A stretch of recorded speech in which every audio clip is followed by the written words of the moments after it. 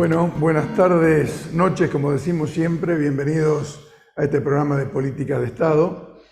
Como verán, no es que lo he reemplazado a Ariel Crespo con mi amigo Horacio Viqueira. Ariel, como habíamos anunciado, está de viaje, está sufriendo un poquito en Europa, conociendo estas realidades ahora de una Francia convulsionada por la ley jubilatoria.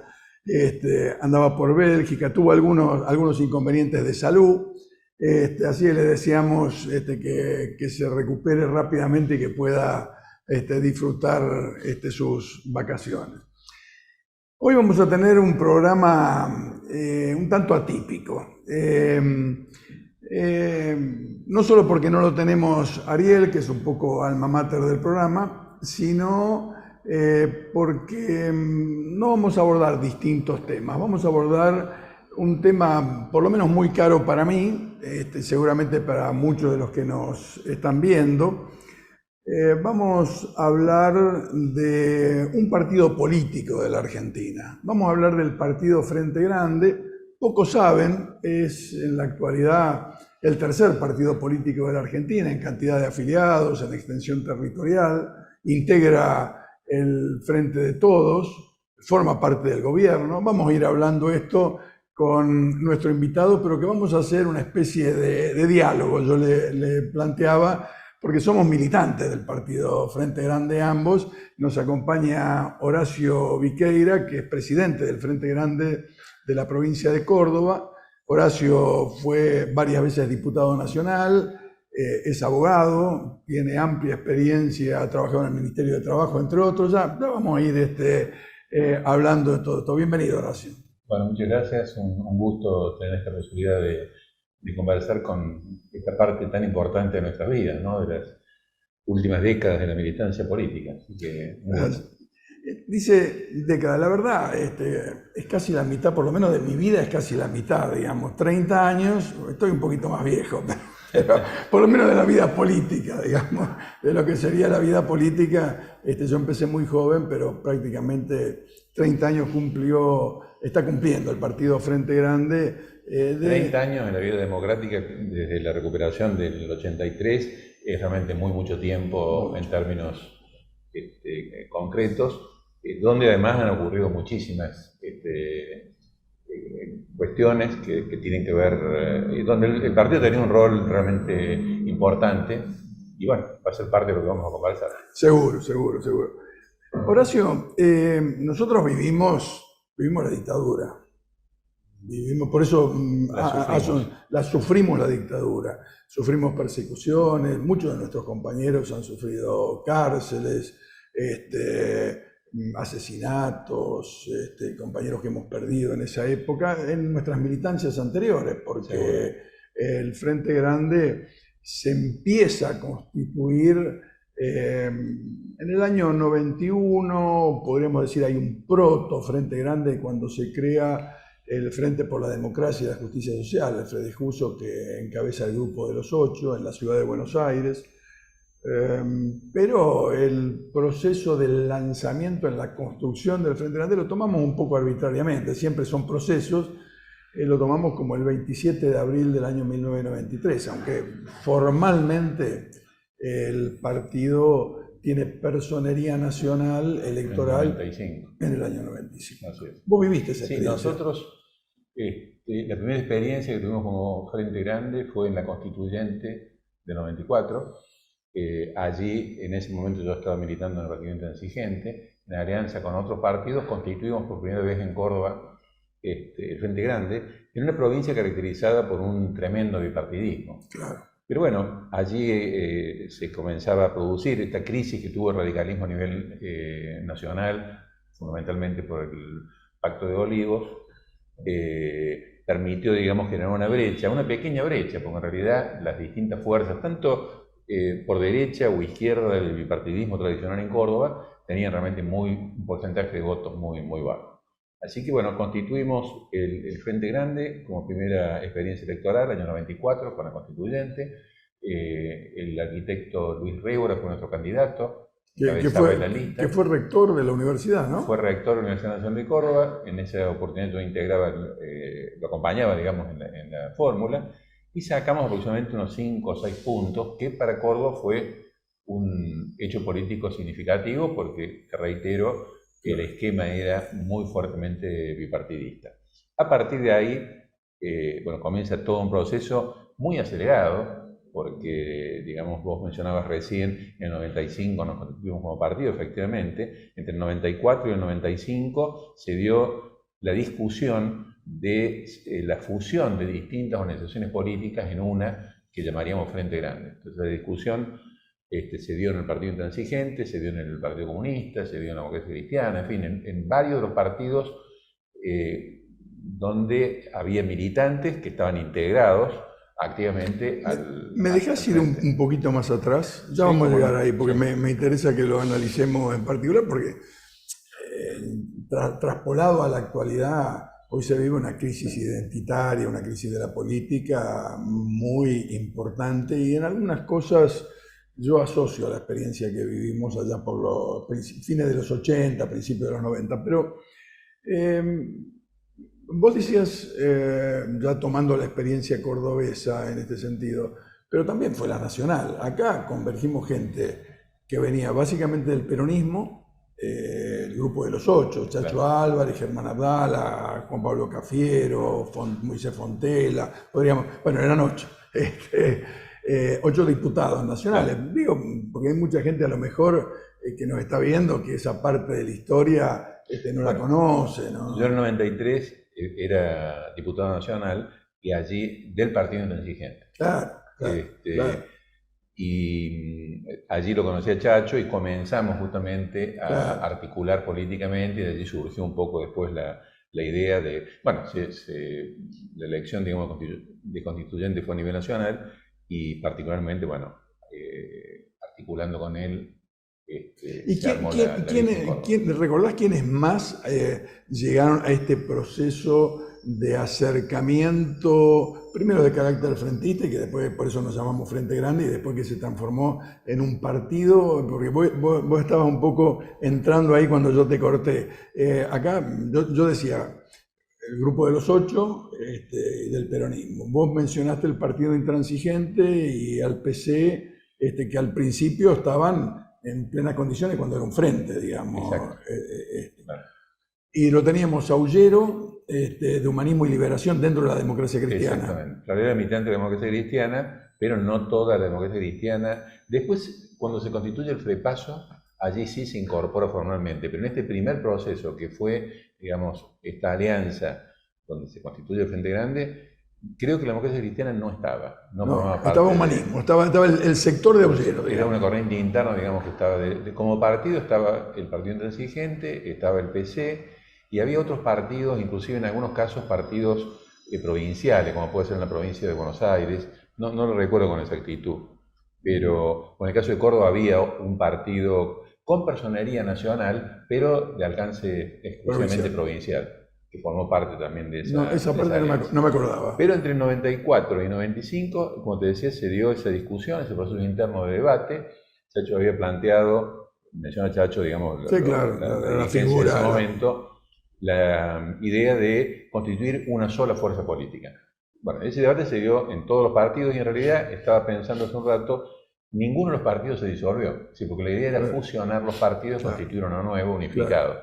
Pero bueno, el PC planteó continuar con su identidad, un sector del PI, es decir, mucha militancia o dirigencia del PI. En el caso puntual de Córdoba, diría una mayoría de dirigentes del Partido Intransigente se sumaron a Frente Grande, o sea, nos tuvimos que afiliar porque el proceso de unificación de partidos no se pudo dar.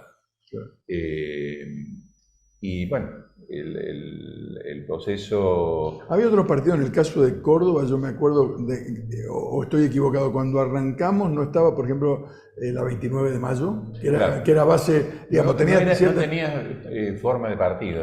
Tenés razón. Era una corriente. Pero ahí justamente Carlos Vicente y lo que era la corriente, que básicamente había sido una corriente universitaria, con esa agrupación que se llamaba la Santiago Papillón, pero creo que ellos no tenían personalidad, te lo diría casi con seguridad, pero sí toda la agrupación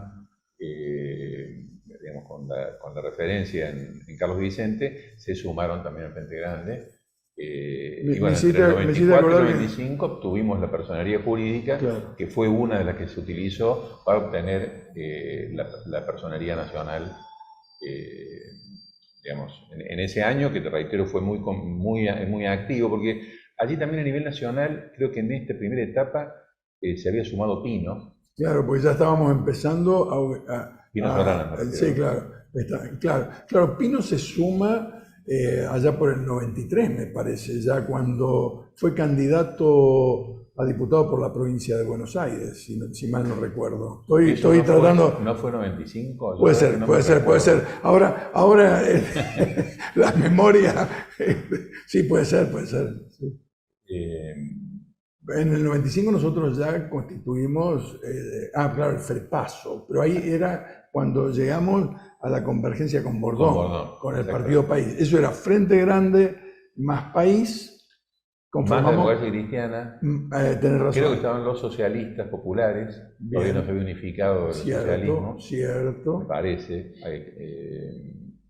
Y alguna otra fuerza. Bueno, el Partido Intransigente. Claro. El PC creo que no formó parte del FREPASO. No me acuerdo. Pero el PI creo que sí. O sea que la personería que había subsistido del PI se integró y efectivamente fuimos a esa interna entre Bordón y Chacho, que la gana Bordón en la elección del 95. Ahí personalmente fui electo nuevamente diputado nacional y fue un proceso muy acelerado. Cuando uno lo mira ahora, avanzamos 30 años, pero este crecimiento que realmente fue meteórico, ¿no? Porque pasamos de estas experiencias electorales, cuando te mencionaba lo de Córdoba de 5 o 6 puntos, creo que también el FEDEJUS en la capital había sacado eso. 3 puntos y medio, 4 puntos, digamos, y logramos que entre como concejal, en ese momento era concejal de la Ciudad de Buenos Aires, Aníbal Ibarra. Ese fue el primer, en el proto Frente Grande, digamos, el primer electo fue Aníbal Ibarra, ¿no? Claro. En el 95 hubo muy buena, o sea, en el 94 la constituyente fue la primera sorpresa, no recuerdo exactamente los porcentajes, pero había un bloque de constituyentes de 20 y pico, muy importante en cuanto a número y muy relevante desde el punto de vista de las figuras que lo componían. Claro. Vos recordás, estaba el obispo de Nevares, con los integrantes, estaba Zaffaroni, que había resultado electo, en fin. Claro. Me voy a olvidar de muchos y muchas compañeras. Me parece que estaba Adriana Puiggrós, no recuerdo si Mari Sánchez, creo que sí, que también estaba Mari. Sí, también. Es decir, bueno, por Córdoba Rébora, Piccinini por Santa Fe. Me parece que era constituyente por Santa Fe, y me parece que había alguien más de Santa Fe. En fin, un bloque muy importante de constituyentes. Un salto, digamos, en el crecimiento, en voluntades, en la opinión pública, lo que sí, analizando uno, digamos, ahora comprende que fue un proceso de crecimiento, yo diría, muy circunscripto a lo electoral, es decir, buenos resultados electorales, pero que no estuvo acompañado de ganar territorio, digamos, intendencias, gobernaciones. Y tampoco, digamos, que un sector importante, sectores sociales importantes se incorporaran, digamos, al partido desde el punto de vista institucional. Claro. Sí hubo una buena relación con lo que o son los sectores actuales de la CTA, por ejemplo, dirigentes importantes como Mari Sánchez, gremio docente, tenemos una buena relación, pero, digamos... el propio Piccinini estaba en la CTA también. Exacto. Sí, o sea, pero era, digamos, el único sector que esto era un dato que nosotros no tuvimos en cuenta al momento cuando se plantea la alianza con el radicalismo, que justamente estaban débiles electoralmente, pero tenían una fortaleza institucional, tenían territorio, y bueno, terminamos perdiendo esa interna. Y bueno, creo que fue parte de hay un contexto general, yo lo quiero asociar para pensar con quienes nos están viendo, que estábamos ya en las vísperas de una crisis de representación muy importante en la Argentina. Había una historia, digamos, del radicalismo que con Alfonsín reivindicó muchas cuestiones de su historia, básicamente en los perfiles democráticos, la cuestión cultural, educativa, pero hizo mucha agua en las cuestiones económicas y eso produjo una crisis muy seria en el radicalismo que incluso llevó a que tenga que dejar Alfonsín el gobierno 6 meses antes. Y ahí aparece Menem con una propuesta también en el peronismo que al poco tiempo muchos sectores del peronismo, en particular el Grupo de los Ocho, lo ven como un proceso más de, no sé si decir de derechización o de tomar las banderas de la época del neoliberalismo con Menem y los sectores de derechización. Vos mencionabas hace un rato y volvés a hacer referencia al tema de la crisis de representación. La verdad, la tenemos en este momento, pero también la tuvimos, digamos, hacia el año 89, claro. Pero ya antes, o sea, con la crisis del gobierno de Alfonsín, fundamentalmente el tema de la hiper, pero también todo lo que significó eran los movimientos sediciosos de sectores militares y demás. Hubo un desgaste político muy, muy grande, que fue una primera crisis importante, digamos, del 89, que después se agudiza por el lado del radicalismo con el Pacto de Olivos de Alfonsín. Es decir, el radicalismo venía perdiendo posiciones y bueno, toma esta decisión de acordar una reforma que permitiera la reelección de Menem, pero en lugar de que eso le permitiera fortalecerse desde el punto de vista político, agudiza un proceso de debilitamiento como fuerza política que permite la emergencia de Frente Grande. O sea, ahí hubo claramente una crisis muy grande que se repite, por supuesto, en el 2000-2001 con el fracaso de la alianza. 94, Asamblea Constituyente Nacional, irrupción del Frente Grande como un gran actor político, no diría a la altura del peronismo y el radicalismo, pero tenía una representación en la Asamblea Constituyente muy importante. Y la posición fue claramente en contra del Pacto de Olivos, que era un acuerdo entre el peronismo menemista, digamos, claro, y el radicalismo. Y eso, un poco para contextualizar lo que vos decís. ¿No? En realidad fue todo el PJ. Todo el peronismo fue unificado a esa elección. Digamos, había un sector importante, muy gravitante, diría que el principal dentro del Frente Grande, que era peronista, pero la estructura del partido se mantuvo unida con todos sus distintos matices, ¿no? También surgió otra expresión de la derecha más autoritaria en esa elección. Yo hago todas asociaciones que un poco me hacen acordar también al momento actual. ¿Te acordás del Modín?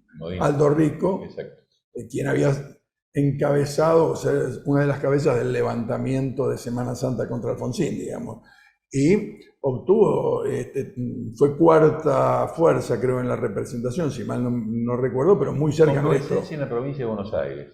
Fundamentalmente. En el resto del país, bueno, el fenómeno de Bussi en Tucumán, que no recuerdo si fueron contemporáneos, Bussi con Rico, pero me parece que también tuvo que ver mucho con esta situación puntual de la provincia de Buenos Aires. Sí, en provincia de Buenos Aires llegaron a tener 20, 23 puntos en el año, porque también tuvimos constituyente en el 94, claro. Y preservaron un poco esa fuerza también en lo legislativo en el 95. Después se fueron un poco licuando, disolviendo en la vida. La vida democrática no siempre da espacio para estas vertientes autoritarias, ¿no? Así es.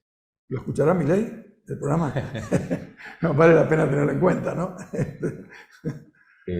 Bueno, son fenómenos que se repiten, ¿no? Es decir, frente a estas crisis emergen. En este caso puntual del momento actual no está apareciendo, digamos, una crisis de ruptura dentro de lo que es el espacio nacional y popular. O sea, estamos con una situación difícil como gobierno nacional, pero no ha habido, lo que sí, esta situación política, económica, fundamentalmente económica que estamos viviendo, ha producido la emergencia de este fenómeno de Milei, que es un fenómeno realmente bastante particular, ¿no?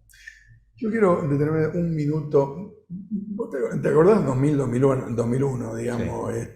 El que se vayan todos? ¿Vos eras diputado ahí? No, yo era... qué suerte que tuviste. No, pero yo creo que era peor, secretario de Empleo del Ministerio de Trabajo. Yo renuncié antes, al poco tiempo de la renuncia de Chacho, renuncié, pero bueno, si quieres lo seguimos profundizando después del corte. De acuerdo, muy bien, vamos entonces, pero vamos al corte y después lo retomamos.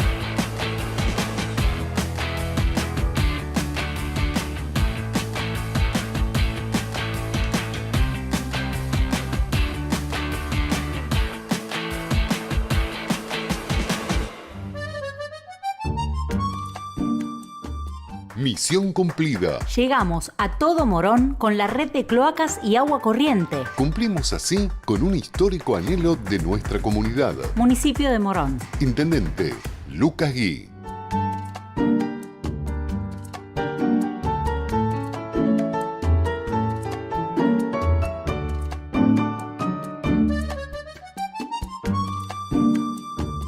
Acompaña a Política de Estado Puerto La Plata, un importante nodo logístico para los sistemas productivos de la región. Un puerto en continuo desarrollo. Puerto La Plata, el puerto del futuro. Bueno, retomamos entonces Políticas de Estado en este programa especial que se lo dedicamos al proceso de creación y al rol del Partido Frente Grande en los 30 años de su vida. Como habíamos dicho, nos acompaña Horacio Viqueira, presidente del Frente Grande de Córdoba, un amigo, miembro de la conducción del Partido Frente Grande actualmente y presidente del Frente Grande de Córdoba. Bueno, seguimos, Horacio, seguimos pensando un poco en...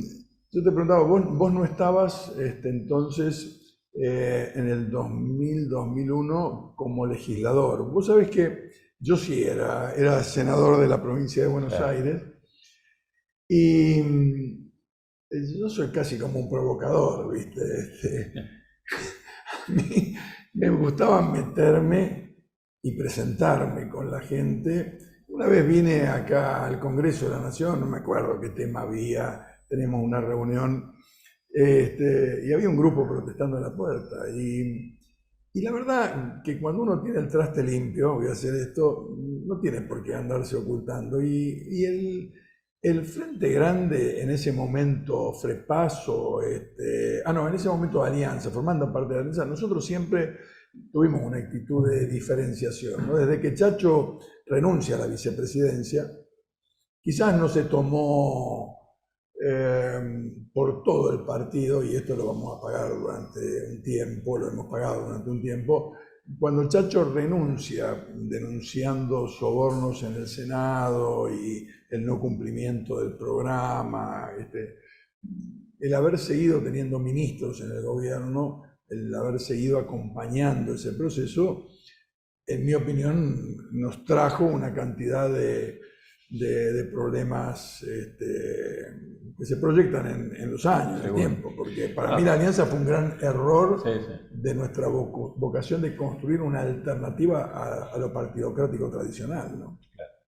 Sí, efectivamente, yo creo que partimos de un error importante, o sea, es una fuerza política históricamente muy nueva, es decir, estamos hablando del año 93, 94, 95, y pretendíamos, digamos, que surge en ese momento, y pretendíamos ser gobierno con alguna cuota de poder, digamos, no ser gobierno para estar, digamos, sino para transformar la realidad con muy poco tiempo de desarrollo. Claro, o sea, en 5 o 6 años pretendíamos conducir, sin tener experiencia, que yo en algún momento lo dije, de gobierno de territorios. Es decir, hago la experiencia en capital, y alguna intendencia, me parece, en el interior, en la provincia de Río Negro, me parece que Cipolletti, no recuerdo exactamente si en esos años. Cipolletti y después Zapala, en el caso de Neuquén. Pero más tarde Zapala. Pero de todas maneras, una fuerza de militancia, pero sin arraigo territorial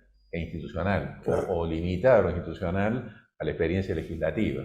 Claro. Entonces, y pretendiendo, porque en realidad nosotros teníamos la idea de que íbamos a conducir el radicalismo en un sentido distinto. Claro. Y bueno, también se valoró... Fuimos a la interna abierta. A la interna abierta, sí, por eso.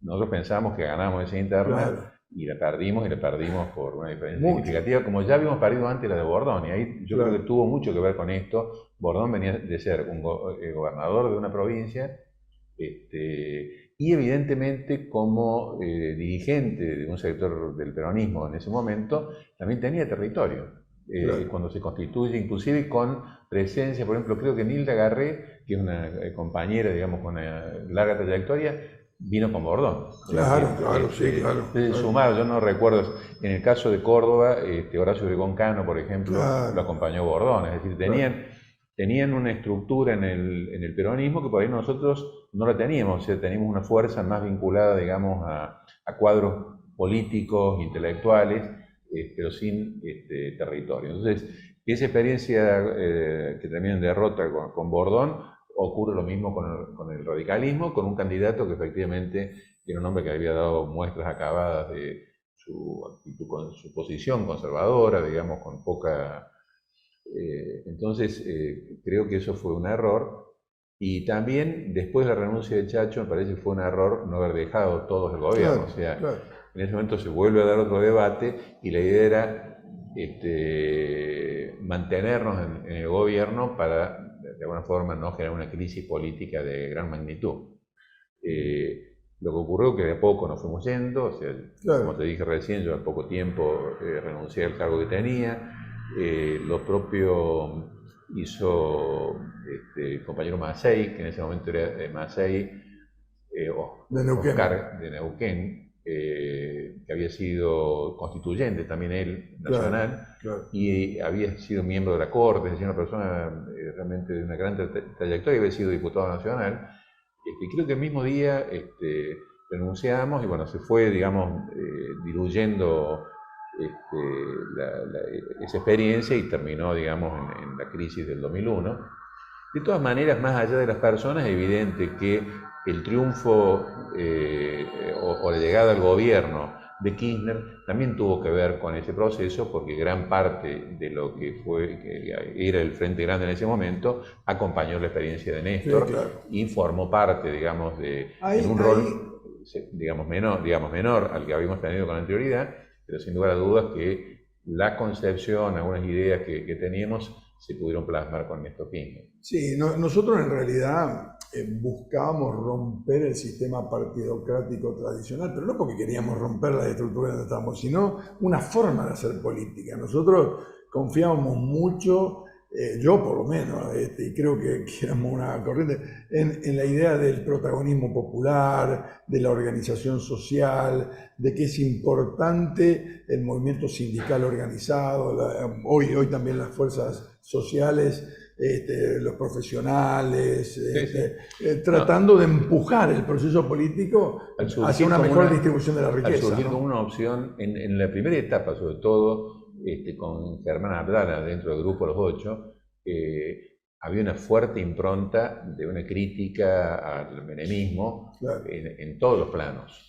No solamente el tema de la corrupción, sino en el plano económico, del modelo, resistencia a las privatizaciones, lucha por el salario. Es decir, en esa primera etapa hubo una fuerte impronta de un programa, como podríamos decir, el que reivindica y lleva a la práctica Néstor y lo continúa Cristina. Claro. Digamos, un programa basado, que toma lo mejor del movimiento popular de Argentina, es decir, un rol presente del Estado, presencia activa en algunos sectores económicos, políticas redistributivas, de igualdad, digamos, más igualitarias.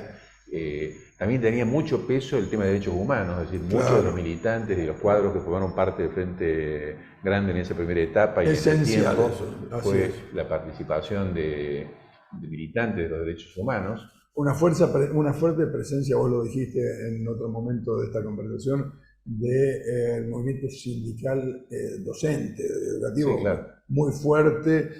Recuerdo la Carpa Blanca, la Marcha Federal, todo ese movimiento, esa ebullición, digamos, se fue expresando también en militantes, dirigentes, cuadros, claro, dentro del... El tema que de ese programa, digamos, el programa no escrito, pero por lo menos las ideas motorizadoras iniciales, a medida que nos fuimos acercando un poco el teorema de Baglini, ¿no? Sí, a medida que nos fuimos acercando, yo creo que de manera muy precipitada y acelerada, a la posibilidad de ser gobierno, la fuimos dejando de lado o bajándole la importancia y quedando un poco simplemente en una cuestión de lucha contra la corrupción, de tener un gobierno honesto, que garantizara reglas de juego democráticas. Es decir, por eso Chacho renuncia, ni bien se pone en evidencia, claro, las coimas en el Senado, digamos, claro, ¿no? Claro. O sea, en realidad no estábamos cuestionando fuertemente lo que era el proyecto de ley, que realmente era un proyecto flexibilizador, sino en todo caso las coimas que se pagaron para poder aprobar esa ley. Es decir, claro, eso te pinta un poco cuál era el error que cometimos, ¿no? Yo tuve una experiencia, como muchos compañeros del Frente Grande, ¿no? Cuando renuncia Chacho empiezo a alejarme del gobierno de la Alianza, por más que presidía el bloque de senadores de la provincia de Buenos Aires, pero al contactar yo lo conocía a Néstor, en realidad empecé a tener reuniones con Néstor en diciembre del año 2000.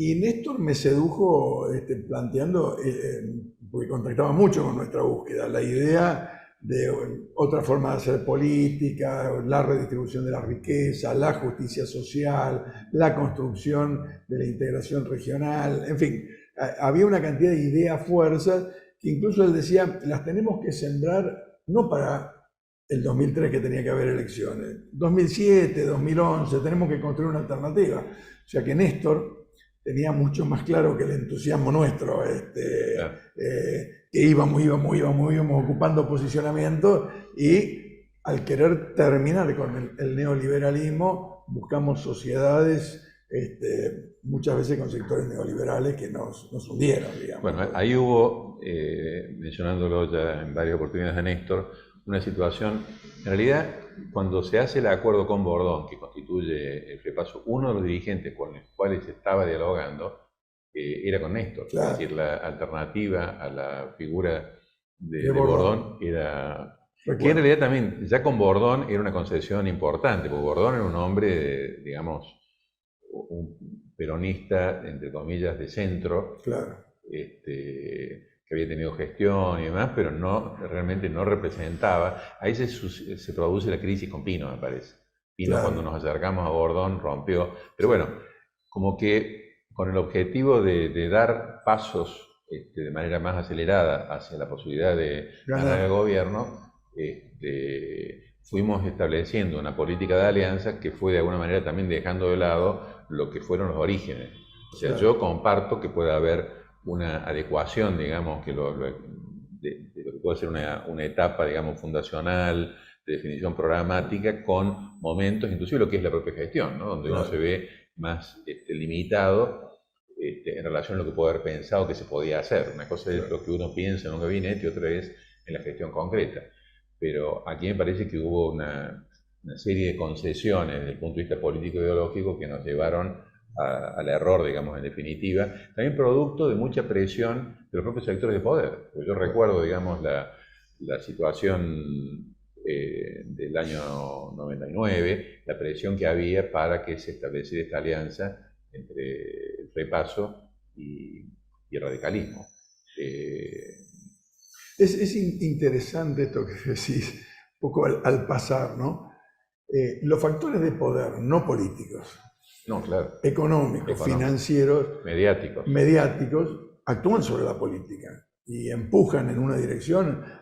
Uno lo ve con las tapas de los diarios, con las imágenes en los canales, pero en este caso era una operación directa. Tienen operadores para moverse en los ámbitos legislativos, políticos, armar foros, encuentros nacionales, encuentros internacionales, en función de ir produciendo una incidencia de ellos, y hasta por ahí te diría como una relación hasta personal, afectuosa, que después les lleva a incidir en la política si esa persona llega a tener cuotas de poder en el gobierno, ¿no? Sí, seguro.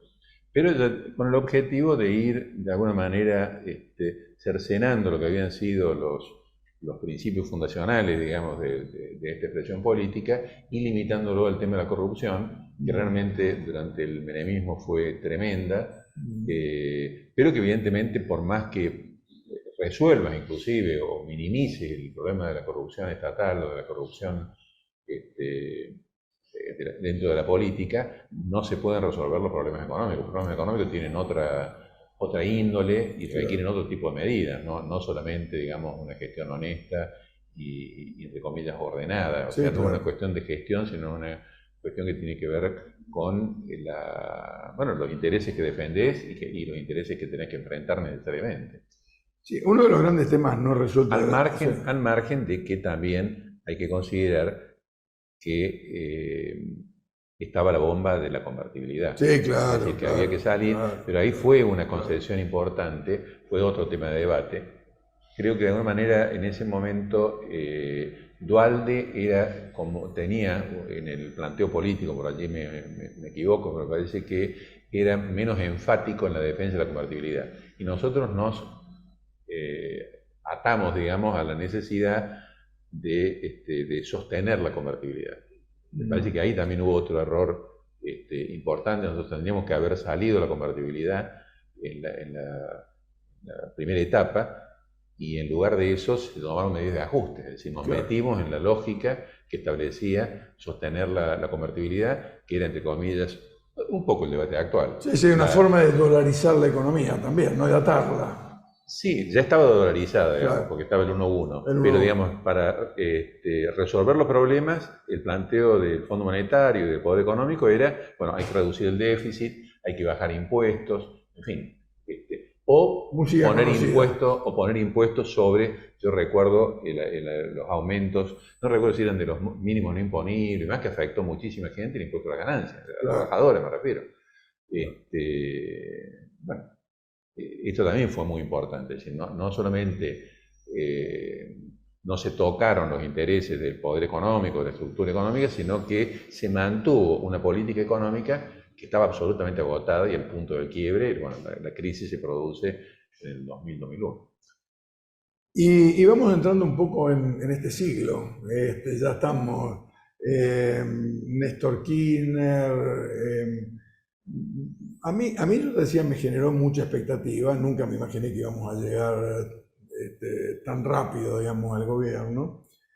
Creo que el Frente Grande, los que integramos en su momento el FREPASO, en su mayoría nos fuimos, quizás no en el pre-2003, sino en el transcurso de ir observando a este dirigente santacruceño del interior, personalidad rara, desgarbado, que lo fuimos observando como un tipo que ponía en consonancia lo que decía con lo que hacía. Me parece que eso fue lo que fue conquistando a los sectores del progresismo, a los sectores de la izquierda democrática, a los sectores del peronismo, que añoraba volver al tema de Perón, la distribución de la riqueza, el rol de los trabajadores.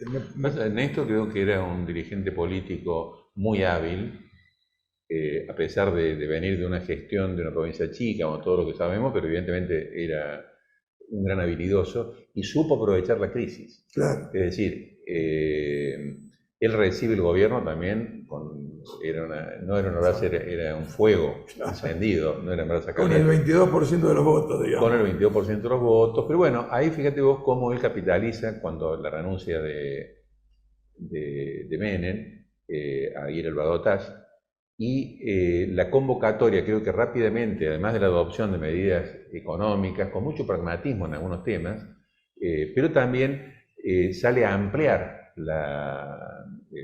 digamos, los apoyos que tenía en ese momento. Hay sectores que estaban vinculados a Carrió, inclusive la propia Carrió, claro, estuvo en la duda de si sumaba o no, o tenía un tipo de articulación, no era la principal crítica, digamos, del kirchnerismo, al contrario, estaban bastante cerca y varios de sus dirigentes se integraron a la gestión de gobierno, es decir, rápidamente consolidó poder político, que es básico, digamos, amplió la base, digamos, para ampliar su base electoral y de apoyo de la ciudadanía, también lo amplió en términos de sectores políticos que abrió mucho la mano hacia gobierno. Sectores del radicalismo, hacia... Él tenía esa habilidad. Y en poco tiempo planteó el tema de la transversalidad. Claro. O sea, fíjate vos lo que ocurre en Córdoba. Disculpame. No, está perfecto. Pero en Córdoba, así como ahora, prácticamente el 90% del sistema político está en contra del proyecto nacional, en contra de Cristina.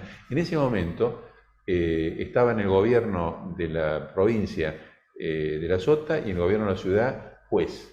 Ambos de alguna manera eran kirchneristas. Claro. Recuerdo una vez que fue Néstor, se peleaban por ver quién de los dos lo recibía. O sea, digamos, a pesar de haber obtenido el 22% de los votos, tuvo la osadía política de convocar a sectores y también de aprovechar la debilidad de los sectores de poder que habían llevado a esta catástrofe del 2001. En realidad están los desaguisados que produjo de la Rúa, pero también está el poder económico jugando a la defensa de sus intereses y en gran medida sectores al saqueo de la riqueza argentina. Entonces, el proceso, digamos, que se produce del estallido social del 2001, lo sabe capitalizar, convoca a los movimientos sociales, convoca a los organismos de derechos humanos, es decir, todo esto le fue sumando poder político. Se produjo una revisión sustantiva de lo que es la política de derechos humanos, claro, la reivindicación de las organizaciones, sus luchas,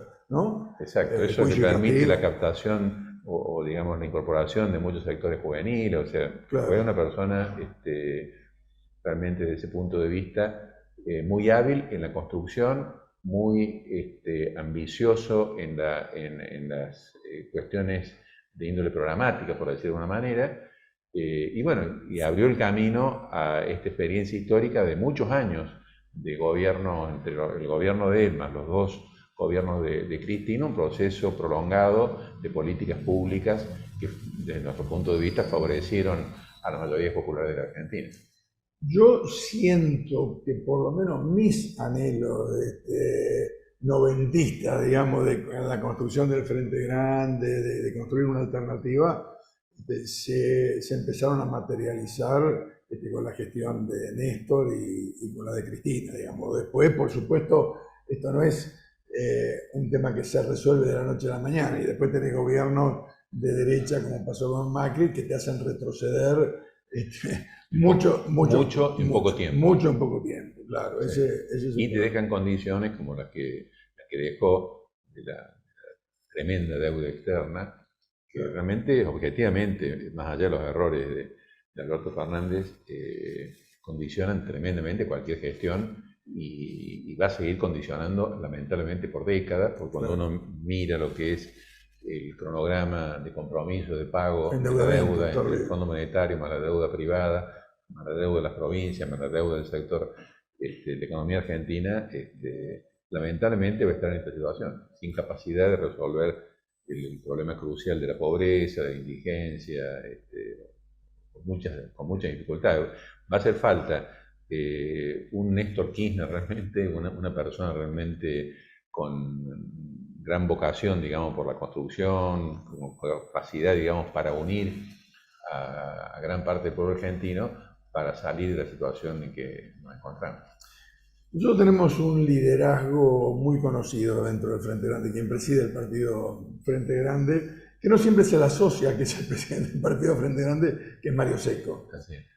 Mario es un intendente sumamente exitoso, el más votado de la provincia de Buenos Aires, y una persona que no solo tiene vocación de servicio, sino fuertes convicciones. Él hoy es un abanderado de la lucha para terminar con la proscripción de Cristina y que se habilite la posibilidad de que Cristina sea candidata presidencial. Me parece que nuevamente el Frente Grande está llamado a jugar un papel interesante en la política argentina desde la convicción, desde los liderazgos, desde la construcción social, territorial, profesional. Me parece que es como que hay una posibilidad de volver a reencontrar la política rápidamente con la sociedad, si garantizamos un éxito electoral en octubre para un frente de todos, o como se llame en ese momento. Pero digo esto con énfasis porque vos comentabas, nos queda la Argentina endeudada fuertemente, pero también nos queda esta Argentina de vaca muerta, con fuertes inversiones y con posibilidades de export, no solo de abastecer el mercado interno y de evitar las importaciones de energía, sino con la posibilidad de exportar. Tenemos el litio, tenemos el campo. No tengo tanta confianza, digamos, en esas posibilidades. Y no, digo, en la medida en que nosotros no logremos terminar con el saqueo de sectores económicos es clave, sobre la riqueza de la economía, o sea, podemos aumentar muchísimo las exportaciones. Yo iba a eso, Horacio, y me parece buenísimo que lo hayas planteado. Yo iba a eso. Todo esto puede hacer que el próximo gobierno, si es un gobierno de derecha, sea un gobierno que favorezca a unos poquitos con todas estas potencialidades, o si es un gobierno popular, puede tener bases distintas a lo que tuvo esta etapa de generar políticas redistribucionistas. Me parece que eso... Yo lo que te digo es, si no se corta la fenomenal fuga de capitales que hay en Argentina, por distintos mecanismos, entre otros la sobre y subfacturación y otros mecanismos muchos más delictivos digamos, que generan que la riqueza nacional o lo que produce la Argentina, en lugar de ser reinvertido, de generar puestos de trabajo, de promover la industria, la ciencia y tecnología, sale del país, es una ecuación que no funciona, ¿no es cierto? Entonces, para mí esto es central. Y también es central algo que mencionaba recién, que es una política de industrialización de la Argentina y de inversión en ciencia y tecnología. Nosotros, si no tenemos una fuerte inversión en ciencia y tecnología, difícilmente podamos resolver los problemas de la Argentina, aunque las commodities, ya sea la soja o el propio litio, aumenten o tengan buenos precios. No se trata solo de primarizar nuestra Exacto. economía, sino de incorporarle valor, digamos. Hay muchos países exportadores de combustibles o de energía, mucho más, digamos, en dosis mucho más importantes que lo que puede hacer Argentina, aún con Vaca Muerta funcionando a pleno, y donde sus situaciones al interior, muchos países africanos, con tremendas desigualdades sociales. O sea, la preocupación central de una fuerza política popular y progresista debe ser terminar con la pobreza, con la indigencia extrema y dar condiciones dignas de vida a la sociedad, ¿no es cierto? Horacio, se nos va terminando el tiempo. Te agradezco infinitamente este diálogo que pudimos mantener sobre los 30 años del Frente Grande. Espero que quienes nos están viendo hayan descubierto algunas facetas, algunos matices, y algunos descubrir al Frente Grande en carne y hueso en algunos de sus dirigentes. Y bueno, los esperamos como siempre el próximo sábado por Canal 7 de Somos, por 517 de Flow y por supuesto en Políticas de Estado por YouTube. Muchas gracias y buenas noches.